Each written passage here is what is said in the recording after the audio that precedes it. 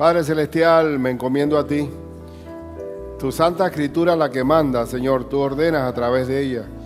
Es la misma voz tuya hablándonos. A que esa palabra sea la que penetre hasta partir el alma y el espíritu. Sea la que convenza de pecado, de justicia y de juicio. Que seas tú a través de tu palabra la que apacientes tu grey y que por ella crezcamos y seamos perfectos, Señor. Bendícenos en este momento y haz que esta palabra se aplique a nuestras vidas en el nombre de nuestro Señor Jesús. Amén.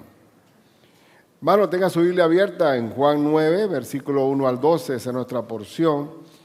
¿Qué me enseña la sanidad del ciego de nacimiento? ¿Qué podemos extraer a nuestra vida de esta sanidad de nuestro Señor? Y cuando no solamente nos enseña, sino en qué forma podemos aplicar esa enseñanza a nuestra vida.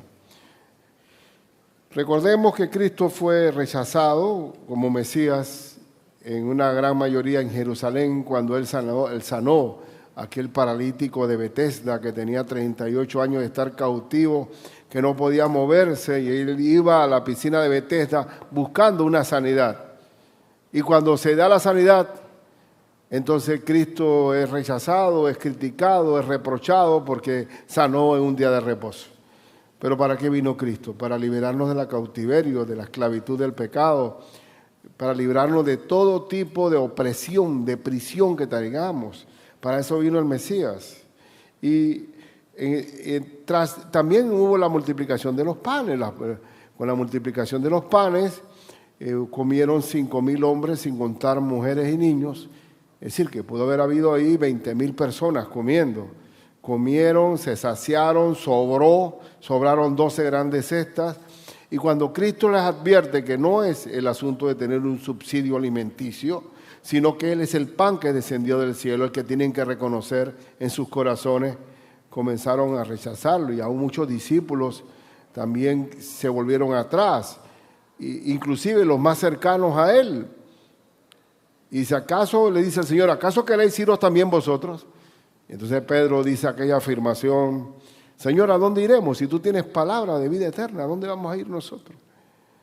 Entonces, lo que quiero destacar es que Cristo hace el milagro, la sanidad, era para apuntarlo a Él como el Mesías prometido. Era la misericordia de Dios evidenciada en la gente.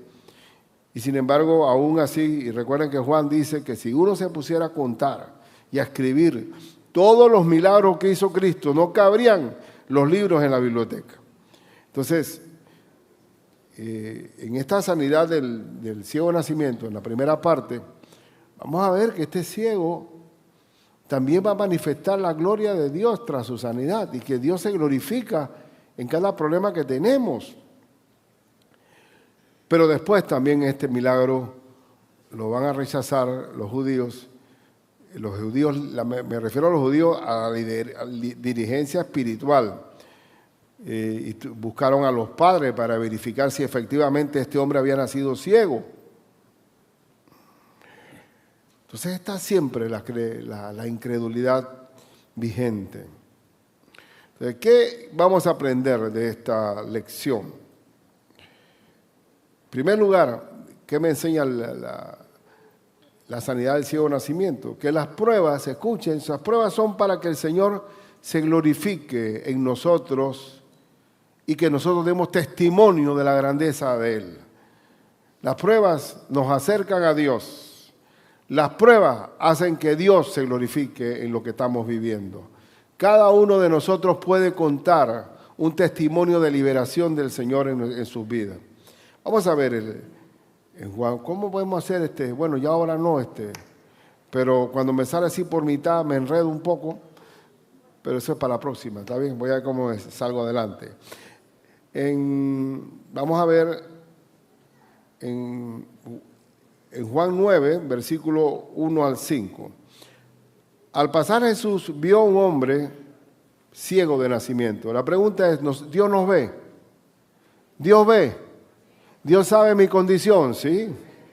Y le preguntaron sus discípulos, diciendo, Rabí, ¿qué significa Rabí? Maestro. ¿Quién pecó? Escuchen esto, ¿este o sus padres para que haya nacido ciego? Normalmente se piensa, este nació estrellado por el pecado que cometieron su papá, su mamá, o este nació maldito así con este problema por pecados de él mismo. Somos muy dados a condenar a una persona que está padeciendo por algo que está pagando. Para la gran mayoría de los hinduistas está pagando un karma. O para nosotros, que estamos viendo que hay maldiciones, como los amigos de Job, que le dijeron a Job, Job, eso que estás viviendo es por algo que habrás hecho, porque a nadie le vienen esas desgracias como te vinieron a ti. Entonces, ¿quién es el que pecó? ¿Este o sus padres? No. Cristo, ¿qué les dice? Respondió Jesús, no es que pecó este ni sus padres, sino para que las obras de Dios se manifiesten en él. Cada uno de nosotros que está aquí, ¿se ha manifestado Dios en sus pruebas y en sus tribulaciones o en sus dolencias? Pregunto. ¿Ha tenido usted la certeza de que la mano de Dios ha estado en su vida? Entonces las obras, los padecimientos que tenemos es para que Dios se glorifique. Porque cuando un hombre no tiene cero problemas, encima se ve bien, tiene plata y no tiene cero estrés, ese hombre no quiere saber de Dios. Normalmente nos acercamos a Dios cuando estamos padeciendo, ¿sí o no? Tan orgulloso que era yo, que me creyó que se moría el vecino, los problemas estaban en los demás, pero no en mi casa. Pero gloria a Dios por los problemas, gloria a Dios porque nos acercan a Dios. Y también las pruebas hacen que el creyente siga dependiendo de Dios. Porque donde nosotros nos suelta el Señor y estamos en un tiempo de prosperidad, que es el tiempo más peligroso espiritualmente, ni a la iglesia venimos, hermano. Dios te dice, manténme del pan necesario. No sea que siendo rico diga quién es Dios o que siendo pobre hurte y blasfeme el nombre del Señor. Entonces, es como una clase media, ¿no? Ni rico ni pobre, clase media ahí. Dependiendo que no sobre ni falte. Entonces, aquí tenemos, me es necesario, perdón, vamos a leer por así, por mitad, Jorge. Me es necesario hacer las obras del que me envió. Entre tanto que esté, no es que pecó este ni sus padres, sino para que las obras de Dios se manifiesten en él. Me es necesario hacer las obras del que me envió. Todos los milagros que hizo Cristo, Dios Padre, se le mostró que le hiciera. Entre tanto que el día dura, y cuando Cristo está en esta tierra es de día. La noche viene cuando es separado, cuando ya viene su muerte y su crucifixión. La noche viene cuando nadie puede trabajar. Entre tanto que estoy en el mundo, luz soy del mundo. Ahora yo pregunto si la luz de Cristo se apagó, porque Él está en el cielo a la diestra del Padre. ¿Se apagó la luz? ¿Quién es la luz ahora? Vosotros sois la luz del mundo, porque tenemos el Espíritu Santo dentro y no somos hijos de Dios y resplandecemos como luminares en el mundo. Entonces, entre tanto que estoy en el mundo, luz soy del mundo. También tú y yo somos luz del mundo. No tienes idea cuánto podemos nosotros alumbrar en este mundo. Entonces, las pruebas, los dolores, las tribulaciones hacen que Dios se glorifique en nosotros. Vamos a poner por lo menos dos o tres ejemplos. Cristo vino, el propósito del Mesías es darnos libertad sobre el cautiverio del pecado y darnos vida eterna. Amén. Bien, pues entonces, gracias a esas cadenas que arrastramos, nos acercamos a nuestro Señor. ¿Y para qué vino el Mesías? Lucas 4, 17 al 21, vamos a ver a la antigua, Lucas 4, 17, quiero oír el sonido de las páginas, a ver. Ahí está, ese es un buen audio para dormir en la noche. Ahí está. Y se le dio el libro del profeta Isaías. Él está en la sinagoga, le dan el libro, el pergamino, el rollo del profeta Isaías, un libro grande, enrollado, y él busca el texto de Isaías 61:1. Pero imagínense tú en ese rollo, y eso no estaba, capítulo 61, no, ahí no había número ni versículo. Y él buscó directamente el texto que hablaba del que cuando el Mesías se manifestara en la tierra iba a darse estas evidencias. Se le dio el libro del profeta Isaías y habiendo abierto el libro, buscó el lugar donde estaba escrito: el Espíritu de Dios, del Señor, está sobre mí. El Espíritu del Señor que bajó el tiempo en que Cristo fue bautizado. ¿Se acuerdan que bajó como en forma de paloma? Está sobre mí. ¿Para qué? Dice, ¿para qué? Por cuanto me ha ungido, me ha dado la autoridad para dar, ¿qué? Buenas nuevas a los pobres. ¿Quiénes son la gente que recibe a Cristo? En nuestra América Latina, ¿por dónde comenzaron el evangelio a fluir? Entre la gente pobre. Y la gente donde no tiene recostarse. Tiene la única influencia y palanca que tiene es el Señor. Ya después fue cubriendo otros estratos, pero la gente pobre, el que se acerca a mí, yo no lo rechazo. Y dice, me ha enviado a sanar a los quebrantados de corazón. ¿Quiénes son los quebrantados? Los que están quebrados y rotos como un vidrio en 1000 pedazos, quebrados de corazón por los golpes de la vida. A ese llega Cristo también. A los deprimidos, los resentidos, los con remordimiento de sus fechorías, llegan al Señor, a los quebrantados de corazón, a pregonar libertad a los cautivos, a cualquiera que estuviera cautivo, prisionero en su maldad, en su pecado, que no puede salir por sí mismo. Hay mucha gente que está dentro de una cárcel y no tiene la llave para salir, no la tiene.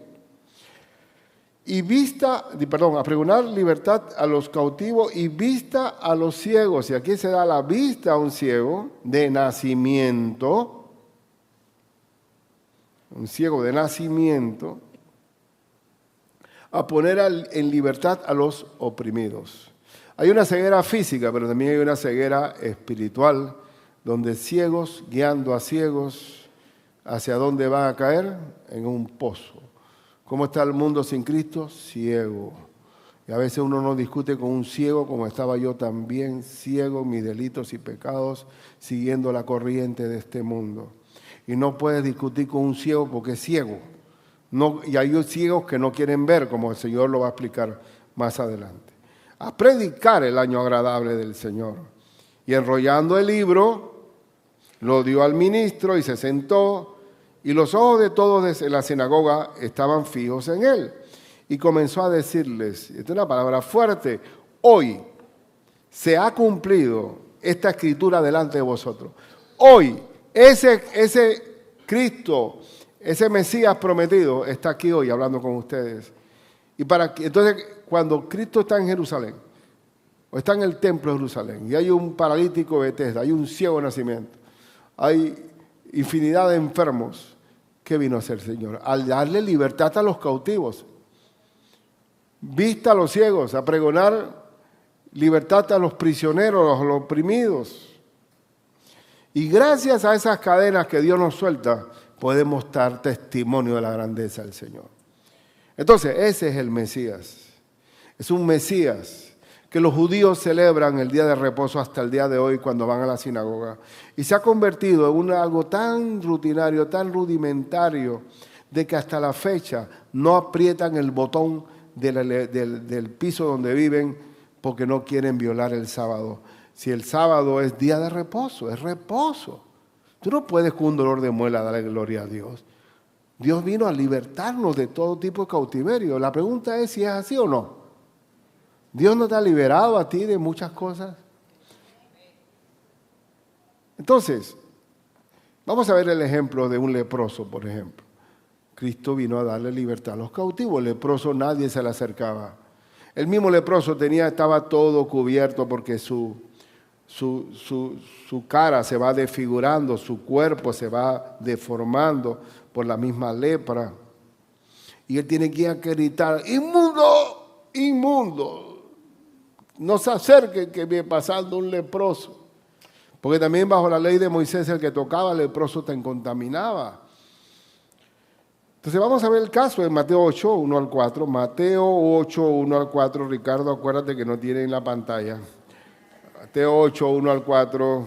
Quiero ir para ver. Se oiga, que se oiga. Se oiga, a ver. La palabra de Dios, para que sepan que el pastor está predicando lo que dice la Biblia. Dice, cuando descendió Jesús del monte, ¿de qué monte? Había dado el sermón del monte. Todo aquel discurso de la constitución del reino de Dios, el sermón del monte. Cuando él baja, le seguía mucha gente, había una multitud con él ahí. Y cuando él baja, he aquí, vino un leproso y se postró ante él. El leproso va directamente donde él. Así que esa muchedumbre, hermanos, se abrió como el mar rojo.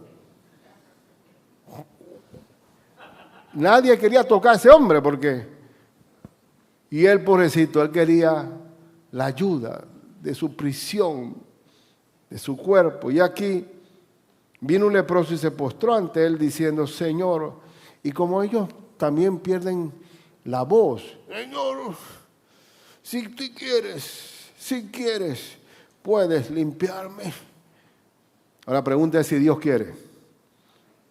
Dios, cuando tú le pides algo, su ayuda, su favor, su misericordia, ¿Dios quiere o no? Solo que pidieres en mi nombre, yo lo haré. Dios sabe por qué quiere. ¿Por qué quiere hacerlo?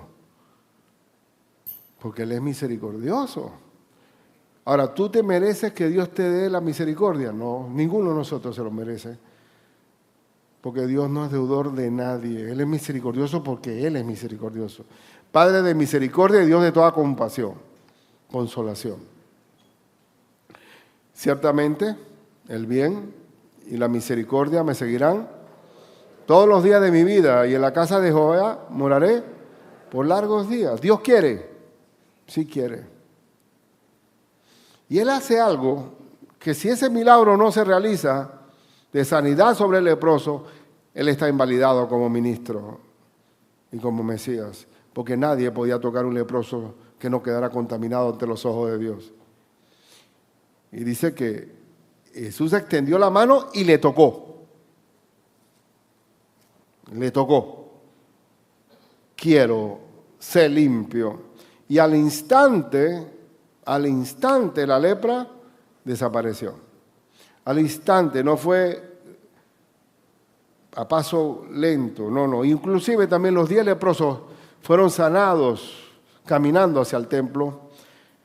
Y al instante su lepra desapareció. Entonces Jesús le dijo, mira, no lo digas a nadie, sino ve, muéstrate al sacerdote, como lo dice la ley, y presenta la ofrenda de sacrificio que ordenó Moisés, para testimonio a ellos.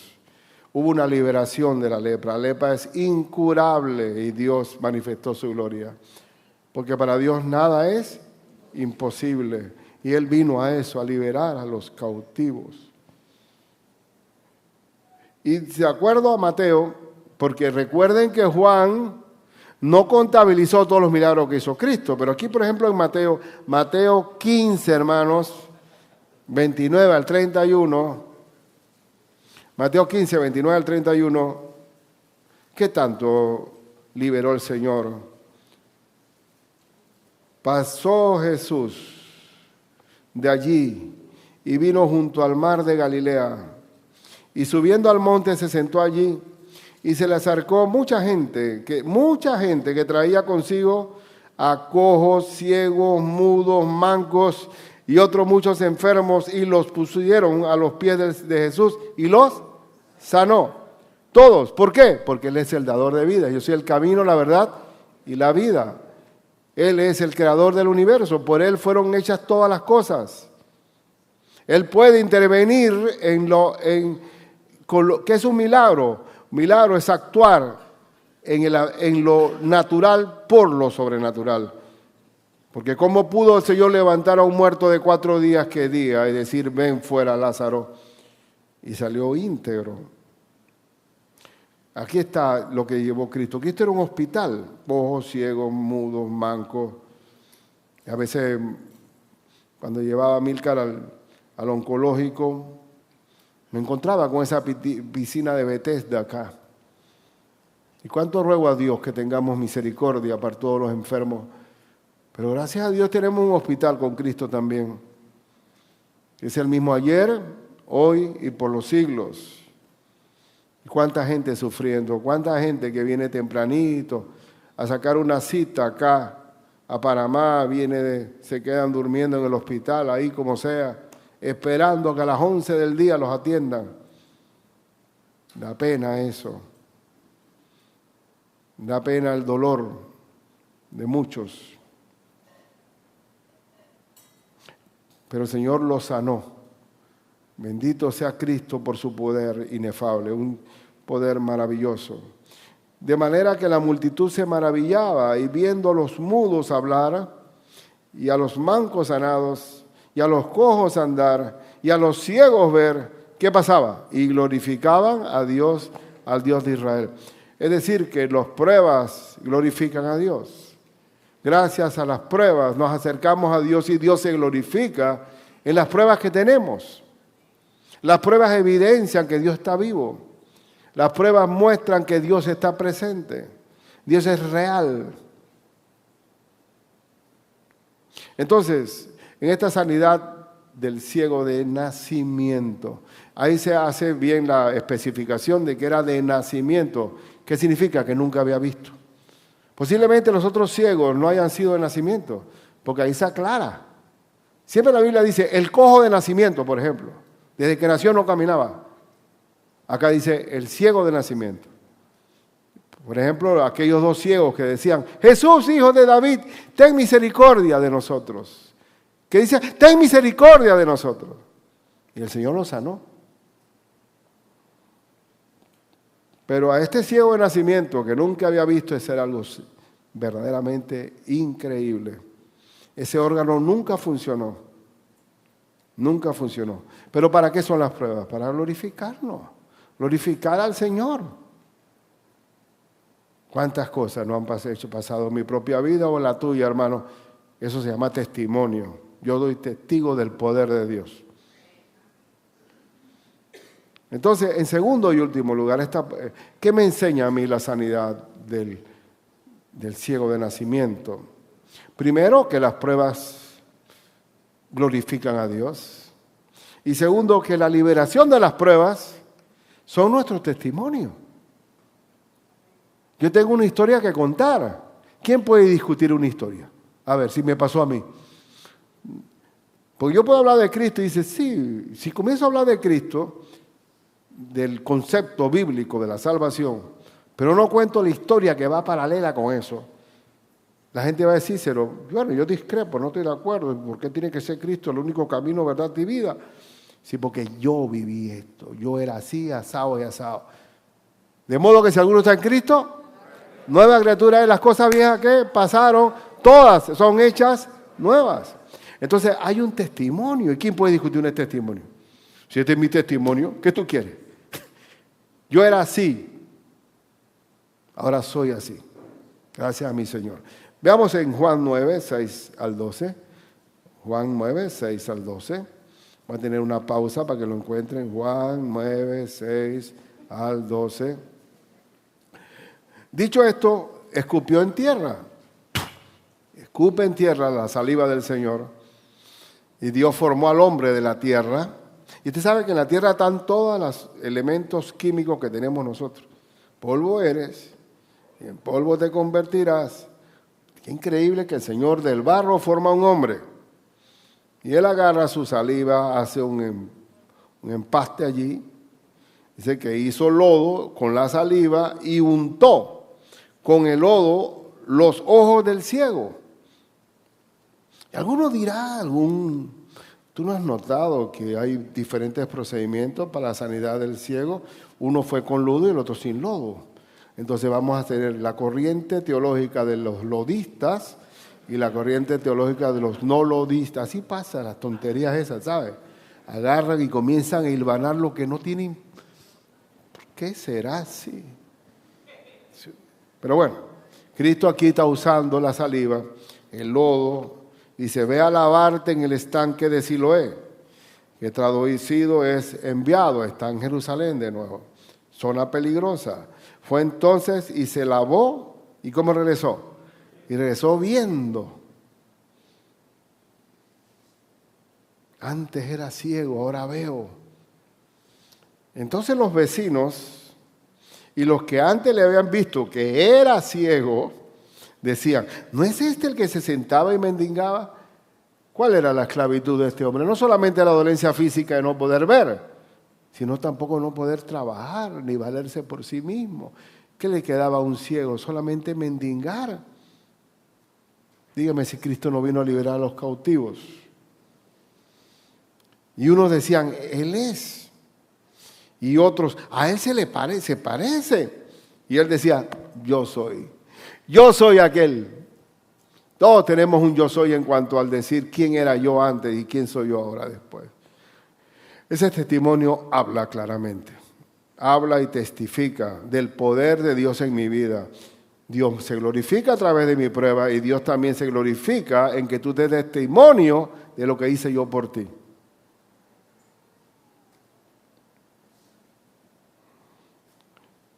Y así es, hermano, y usted no se preocupe, usted dé testimonio de Cristo. Si el ciego no quiere ver, eso es asunto de él con Dios ya. No, mira, llega a Cristo para que te libere, te perdone. No me interesa, yo quiero ir para el infierno. Bueno, me lavo las manos y los pies, me los sacudo, ya yo hablé lo que tenía que hablar.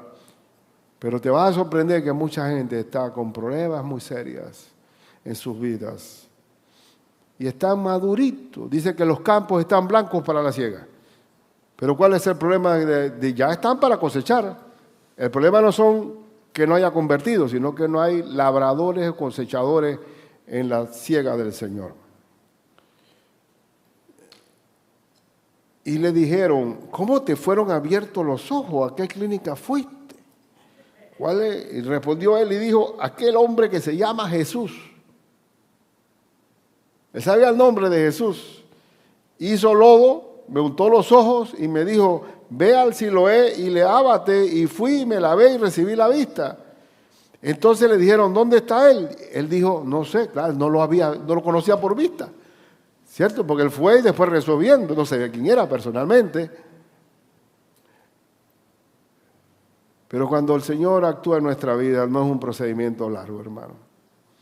Es algo inmediato, maravilloso, grande. Cualquiera de nosotros puede ser un instrumento de medicina del Señor en las manos de Él. Le llevamos el Evangelio a toda criatura. ¿Cuánta gente cambiada no produce el Señor? De gente que están en bancarrota espiritual, en bancarrota económica, en problemas de todo tipo, problemas de conflictos. Y el Señor los resuelve todo para su gloria y honor. Entonces, ¿qué quiere el Señor después que nosotros nos libera del cautiverio que traemos? Que demos testimonio de su grandeza. Esa es la razón de ser del testimonio. Y quiero darle el ejemplo del Gadareno, el endemoniado Gadareno. Usted sabe que yo fui a Jordania y fui a Gadara. Ahí está la ciudad de Gadara. Es más, al lado de la ciudad de Gadara está una Decápolis, que es una ciudad romana, que tenía su anfiteatro, tenía su pequeño coliseo, porque era más chica, pero todas las ciudades romanas tenían más o menos el mismo plano arquitectónico. El hipódromo, la vía principal, el mercado, etc. Ahí está Decápolis. Decápolis son 10. Polis son ciudades, son 10 ciudades. Siempre estaba la Decápolis en el Imperio Romano. Y una de ellas estaba en Gadara. Ahí está el mar de Galilea. No pudimos acercarnos al mar de Galilea porque había centinelas jordanos cuidando esa frontera, porque esa es una zona conflictiva. Está Israel. Usted sabe que Medio Oriente es una bomba de tiempo. Pero vamos a ver. Cristo cruza el lago de Galilea, enfrenta una tormenta en el camino, solamente Cristo fue a liberar a este prisionero del diablo. A ese nada más, sí, a ese nada más.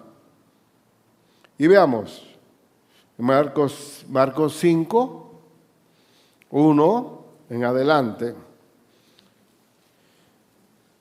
Vinieron al otro lado del mar, a la región de los Gadarenos, y cuando salió él de la barca, enseguida vino a su encuentro de los sepulcros. ¿De dónde salió el endemoniado?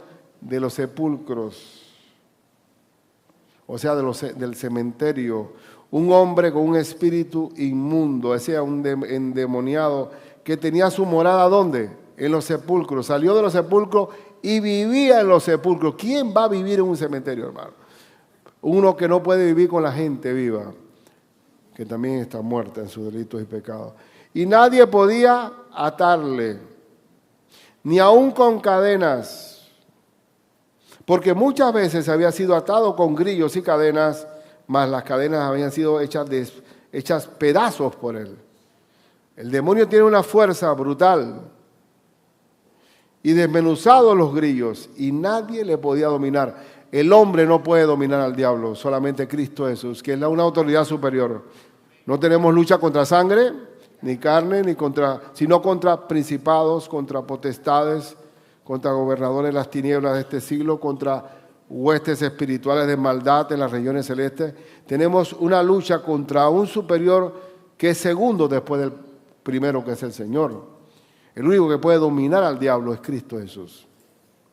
Y dice, y siempre este hombre era una situación paupérrima, miserable. Aquí te puede demostrar, hermano, cómo paga el diablo a quien bien le sirve. Gente que hace, algún santero cubano que dice, yo estoy aquí en Miami, pero eso se debe al santo que yo me invoqué. Y te pones a ver la cantidad de miseria que hay, que tú te vas a Cuba y ves el montonón de gente vestida de blanco, santeros, pero también hay iglesia de Cristo. Porque donde abunda el pecado, sobreabunda la gracia. Y la iglesia cubana es una iglesia madura, porque está entre el frente del diablo, la santería y el comunismo que quiere acabar con todo tipo de credo que nada más sea el de ellos.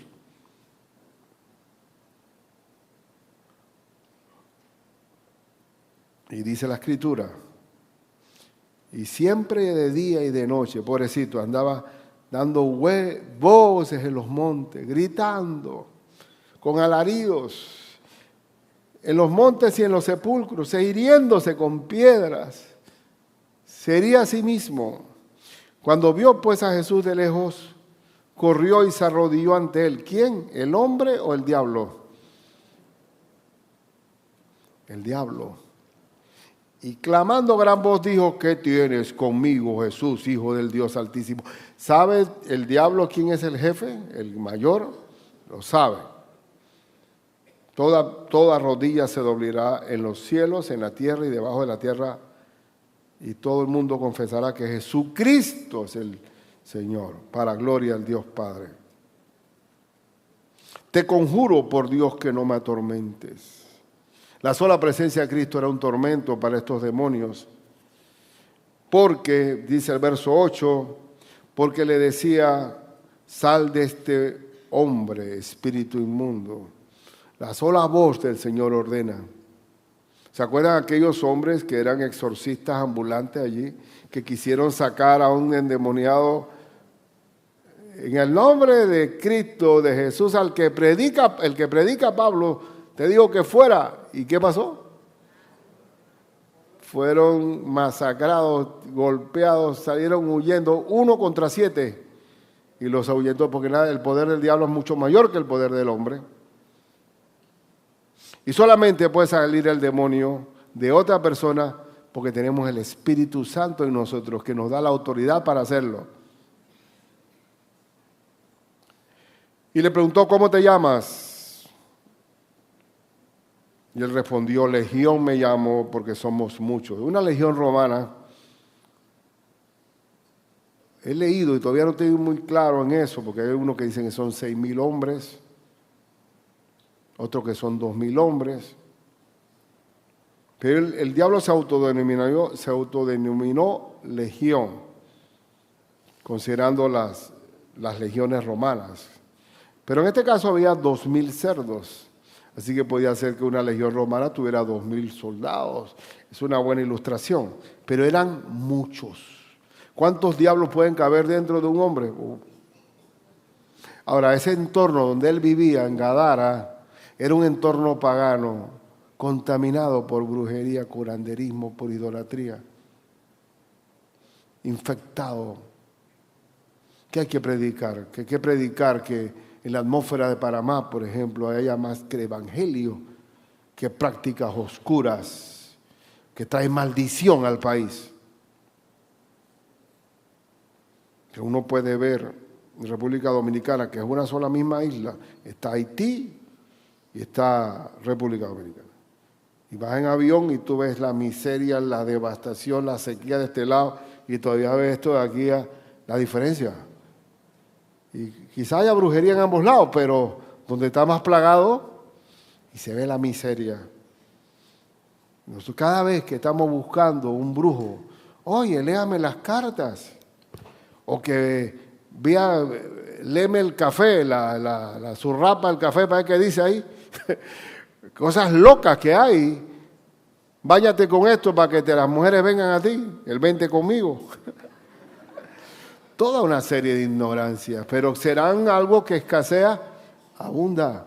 Maldición para el territorio que se entrega. Gadara, por eso que los demonios no querían irse de ahí, porque le decían, porque ellos, miren la oración, voy a ponerle que los diablos están orándole a Cristo.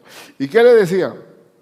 Legión le llamó, y le rogaba mucho que no los enviase fuera de aquella región. ¿Por qué? Porque era una región pagana, macabra, llena de demonios. Estaba allí cerca del monte un gran hato de cerdos paciendo, y le rogaron todos los demonios, le rogaron, estaban orando. Y le rogaron todos los demonios diciendo, envíanos a los cerdos para que entremos en ellos. Y luego Jesús les dio permiso, oración contestada. Vaya. Y ustedes necesitan un cuerpo, vaya donde usted pertenece al cochino, a los cerdos. Y el hato se precipitó en el mar por un despeñadero y en el mar se ahogaron. Pero ¿a dónde estoy apuntando yo? Todavía no he llegado a donde quiero apuntar. ¿Qué es lo que Dios quiere? Glorificarse en nuestras pruebas, en nuestros cautiverios, en nuestras cadenas. Cuando mis hermanos, Beto y todas estas hermanas, las Lidias, van a las cárceles, ¿qué se está desatando allí? El cautiverio, la maldad. ¿Ellos pueden salir por sí mismos? No. ¿Qué podemos hacer para poder vencer la delincuencia en nuestros países? Predicando a Cristo. Porque de lo contrario, ¿qué se requiere? Más cárceles más grandes, calibre de las pistolas mayores, más policías. Esa es la solución. Sí, es la solución del hombre. Pero nadie puede dominar al diablo. Solamente Cristo. Entonces, cuando llevamos el Evangelio a todo cautivo, estamos llevando la liberación. ¿Y qué fue el resultado de esto? El resultado, vamos a ver, versículos 15, 16, después el 18 y 20. Vienen a Jesús aquellos que tenían el rebaño y ven al que había sido, hay que ponerlo, el que había sido atormentado del demonio. Todos los que hemos sido liberados de Cristo hablamos de dónde nos sacó el Señor. El que había sido atormentado y que había tenido la legión. Gloria a Dios. Que hay una historia superada. Sentado, ¿cómo estaba? Sentado, él que estaba atormentado, golpeándose, hiriéndose con las piedras, gritando, ahora está sentado, vestido, tranquilo, y en su juicio, cabal. Vino a tener sensatez cuando vino el Señor. Y tuvieron miedo de ver a este que nadie podía dominar sentado. Y les contaron lo que lo habían visto, cómo le había acontecido al que había tenido el demonio y lo de los cerdos. Es donde voy ahora. Al entrar en la barca, el que había, ¿vieron cómo se repite la vía? El antes y después, el que había estado endemoniado le rogaba que le dejase estar con él, estar cerca de la intimidad y la amistad con el Señor. Mas Jesús no se lo permitió. ¿Por qué no se lo permitió? Porque tú tienes un testimonio que contar ahora, como tú y yo, hermanos. Sino que le dijo, vete a tu casa, a los tuyos, a tu tierra, y cuéntales, eso es testimonio, cuán grandes cosas el Señor ha hecho contigo. Después que el Señor nos desata de nuestras maldades, tenemos un testimonio que contar. Las grandes cosas que el Señor ha hecho contigo y cómo ha tenido misericordia de ti. Esa misericordia de Dios tenemos que contarlas. Contarla para aquel que está pasando por pruebas, también reciba la liberación del Señor. Y se fue y comenzó a publicar. ¿Qué significa publicar? Algo público, públicamente, dando testimonio de la grandeza del Señor, de cómo lo ha liberado de sus cadenas de maldad. En Decápolis, en la ciudad romana que estaba ahí pegado a Gadara, cuán grandes cosas había hecho Jesús con él, y todo se maravillaba. Y quiero decirte, hermano, que tú tienes un testimonio que contar. Tu historia tiene valor para el Señor. Cuenta las cosas que ha hecho Cristo contigo, porque tu historia tiene valor. Y cuando vamos a hablar de Cristo, contemos nuestro testimonio. ¿Cuánto dura un testimonio? Bueno, de acuerdo al cálculo que he contado yo, que por lo menos el testimonio del apóstol San Pablo fue 3 veces que lo dijo, y marcándolo con un timer, cronómetro, puede ser 3 o 4 minutos nada más. Y con eso es suficiente para impactar. Hay testimonios que son también lamentosos porque hablan de los... Oye, mira, hermano, ¿cómo era yo? Yo era malo. Entonces le dan una grandeza más a la vieja vida que a la nueva. No hay mucho que contar de la nueva. Entonces se enfatiza mucho en la vieja. No, Dios me sacó de aquí. Y ahora estoy así. Yo era así, asado. Cada uno tiene un testimonio que contar. Y el Señor quiere que lo publiquemos, que lo prediquemos. ¿De dónde nos sacó el Señor? Y ese antes y después es importante. Importante, porque ¿quién puede discutir un testimonio, hermano? Cuando yo me recién convertí, yo estuve muy apegado con el misionero que me compartió de Cristo y que le llevó a Katy. Porque ¿quién puede cambiar? Hermano, ¿quién puede cambiar una vida destruida? ¿Quién? ¿Quién puede hacer? Vamos a pensar en una familia Pérez, o si quiere Fernández, pues, porque nadie se sienta aludido. Una familia X Fernández y este hombre trabaja en construcción, llega, cobra el sábado y ya se lo fumigó todo, se lo consumió en la cantina. Y pues sabes que en Panamá hay mujeres que el día de pago se van donde al pagador y quieren asegurar la plata del marido irresponsable, chiquillo, irresponsable. Dámela a mí porque si no llega a la casa. Oye, y en Panamá, raro que en Panamá se entrega la plata al que no la trabajó, sino a la mujer. Bueno, pues en este caso, esta familia X, Pérez o Fernández, el hombre llega, cuando llega entrado a darle golpe a la mujer, los hijos son amaliantados, van a la escuela y son un dolor de cabeza para el colegio. La mujer es quisquillosa, bochinchosa, murmuradora, contenciosa, busca pleito con la lengua así larguísima. El tipo llega, le entra agua, todos odian a ese hombre. Y llega una noche pensando, me va a venir este hombre, esta vez tengo un bate. Y resulta, mujer, quiero que escuches a este hombre. Siéntate y escucha. Y viene el evangelista que le compartió a él. Y ella pone atención y recibe a Cristo, hermano. Y los muchachos ahí, los maleantosos estos también oyen. Y de la noche a la mañana, ya la casa está pintada. Ya la casa tiene cierto decoro. Salen bañaditos los domingos con Biblia en mano. Y resulta que el hombre se ha convertido ahora en el trabajo un testimonio de Cristo. Y la mujer ya está en el mini super, le dan crédito. Estoy poniéndole un poco picante al asunto. Ya los muchachos son buenos estudiantes, ya no se quedan en las materias. ¿Quién hizo ese cambio, hermano? Señor Jesucristo, eso no puede hacer nadie. Eso no hay forma. El gobierno no puede resolver las delincuencias de ahí en el país si no es el Señor Jesucristo. Donde no hay papá, no hay mamá, lo que hay es la escuela de la pandilla, lo que va a venir. Solamente Cristo puede resolver eso. Estaba yo en una conferencia, me invitaron para una inauguración de un congreso de alcaldes.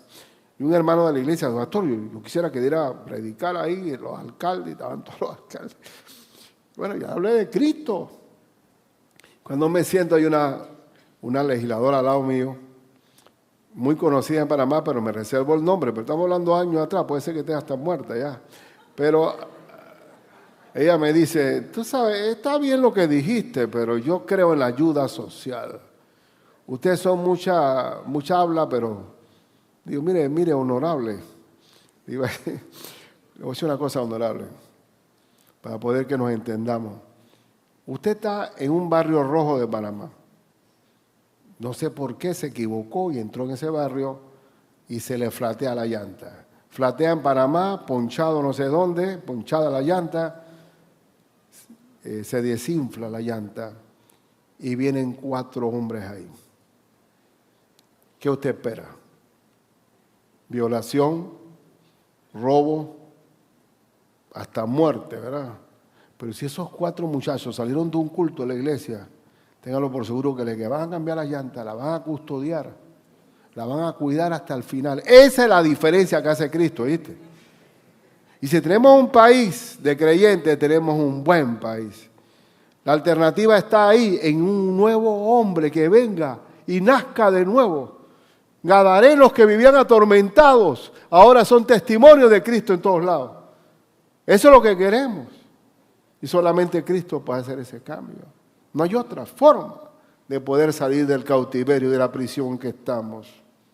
Si ya ellos no quieren recibir a Cristo y tú le quieres la llave y te tira la llave por la celda, bueno, ya es un asunto de él.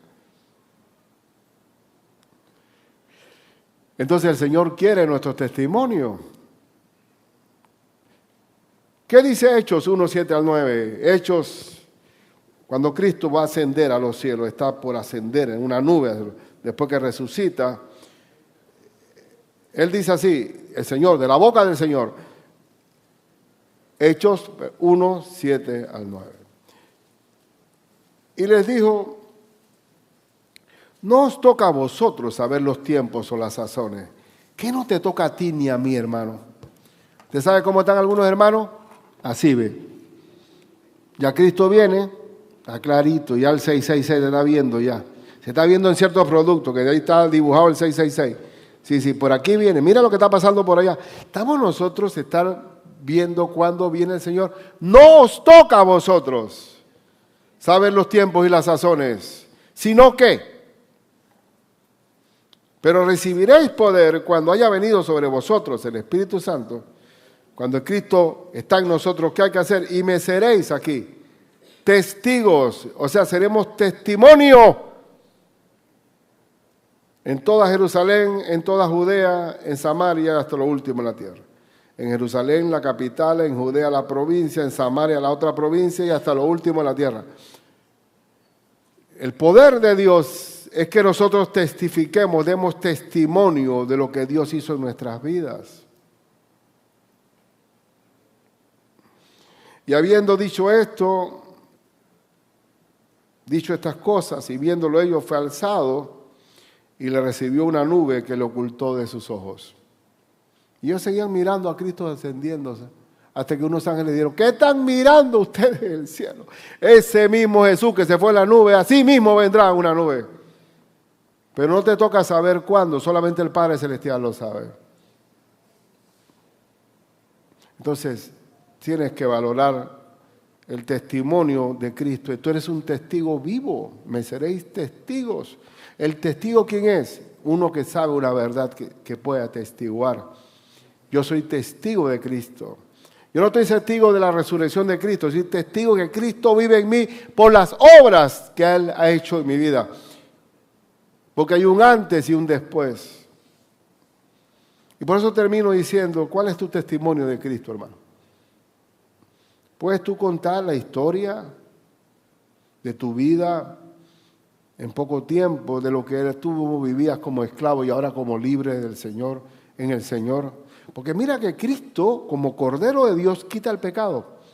Quita las cadenas del esclavo, les quita las cadenas, pero no solamente eso, se llama redención. Me perdona mis pecados, pero no solamente eso, me hace su hijo. Mas a todos los que le recibieron, los que creen en su nombre, le dio la potestad de ser hechos hijo de Dios. El esclavo se convierte en hijo, y si hijo, heredero de la vida eterna. Grandioso. Y Él quiere, como embajador de Él, que yo testifique de lo que Él hizo en mi vida. ¿O no hay nada que contar? Nosotros estamos sabrosos aquí en la iglesia. Es una convivencia, el afecto fraternal. Hay una alegría en podernos lavar los pies los unos a los otros, servirnos los unos a los otros, alabar al Señor. La iglesia es un pedazo de cielo, pero tenemos que ser testigos a aquel que necesita de ser liberado del cautiverio en que nosotros también antes estábamos. Mira, se cuenta que San Agustín, que colaboró mucho en el reino de Dios, en su vida pasada era un mujeriego empedernido. Y San Agustín tuvo un cambio de corazón. Y en un pueblo se le acerca una mujer en su conquista que tuvo, Agustín, Agustín. Y ese hombre se puso pálido. Dice, soy yo. Quedó la frase, soy yo, pero no soy yo. He nacido de nuevo. Soy nueva criatura en Cristo Jesús. Y posiblemente San Agustín se avergonzaba de su vida vieja, de tantas mujeres engañó. Y así cada uno de nosotros puede contar un pasado. Testifica. Háblale. Cambiamos todo cambia, con una sola vida transformada, cambia totalmente las cosas. La mujer samaritana, que era una don nadie, influyó en todo el pueblo de Isicar. Cada uno de nosotros puede ser un instrumento de gloria en las manos del Señor. Señor se glorificó en mi vida penosa y ahora doy testimonio de dónde me sacó. Y por eso pasa también que usted ve quiénes son. Hay predicadores que se meten en los buses, en los metros. ¿Pero por qué son tan fervorosos? Porque al que mucho se le perdona, mucho agradece.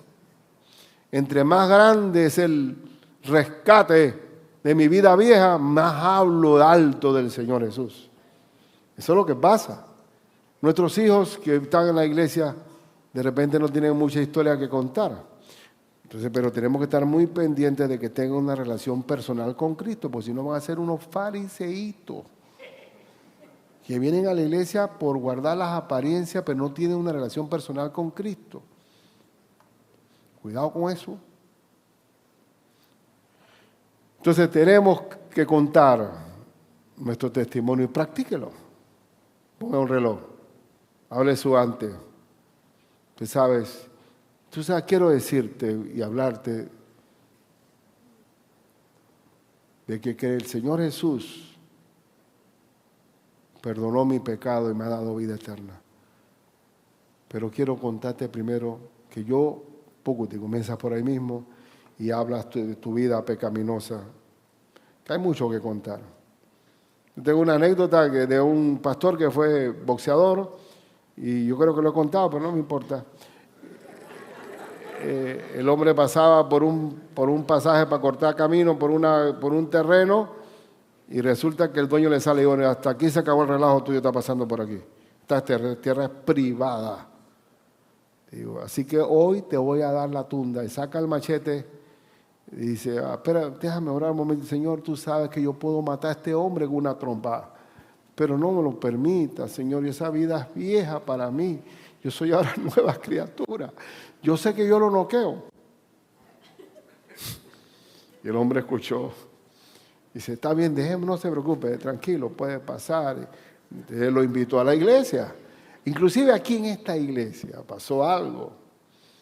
Una pelota cayó a un lugar donde ahí había una persona que ha adversado a la iglesia mucho tiempo y el hombre agarró y ¡pum!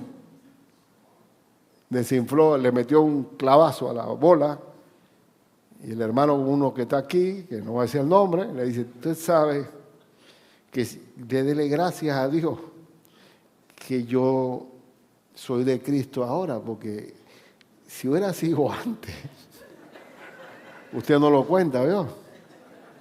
¿Cierto o no, hermano?